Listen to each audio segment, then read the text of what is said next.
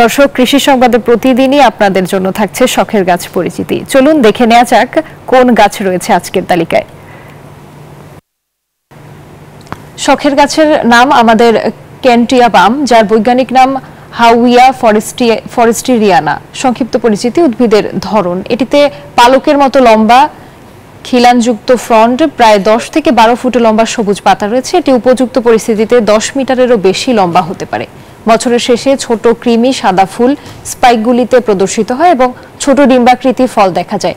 রানী Victoria এই গাছটিকে ভালোবাসতেন এবং এটিকে তার প্রতিটি বাড়িতে রেখেছিলেন।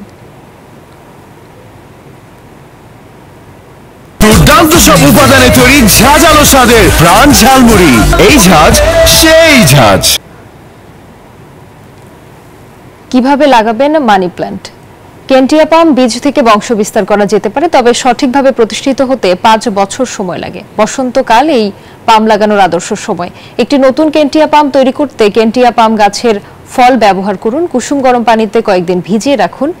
বীজ বাড়িতে শুরু করলে প্লাস্টিকের ব্যাগে বা মাটি সহ আচ্ছাদিত রোপণ ট্রেতে রাখুন। মানি প্ল্যান্ট গাছের যত্ন: শুধুমাত্র মৃত অথবা অসুস্থ পাতা ছাঁটাই করুন। অঙ্কুরোদ্গম উৎসাহিত করতে ব্যাগটি সূর্যের আলোতে রাখুন, তবে সূর্যের কঠোর রশ্মি থেকে গাছপালা দূরে রাখুন। কোথায় পাওয়া যেতে পারে? নার্সারি, বড় সুপারমার্কেট।